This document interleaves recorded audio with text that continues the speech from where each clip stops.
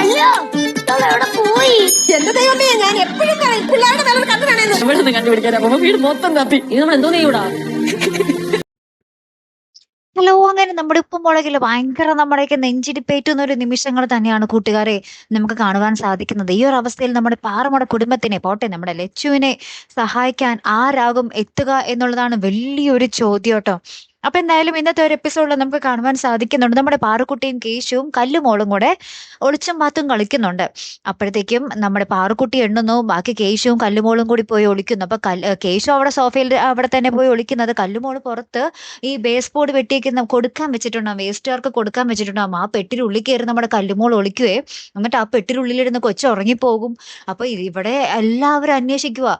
ഒരു സ്ഥലത്തും നമ്മുടെ എന്താ പറയാ കല്ലുമോളെ കാണുന്നില്ല. പാറുക്കുട്ടിയായാലും കേശു ആയാലും ലച്ചുവും ഭവാനിയും എല്ലാവരും ടെൻഷൻ അടിക്കുക. ലാസ്റ്റ് അയ്യോ കൊച്ചെന്തേ എന്നുള്ള രീതിയിൽ ലാസ്റ്റ് ഈ വേസ്റ്റുകാർ വന്ന് ഈ ബേസ് ബോർഡ് വെട്ടിക്കെടുത്ത് അവരുടെ പെട്ടിയൊട്ടോയിൽ കയറ്റി കൊണ്ടുപോകുന്നുണ്ട്. അപ്പൊ കൊച്ചു അതിന്റെ ഉള്ളിൽ കിടന്ന് ഉറങ്ങുന്നുണ്ട്.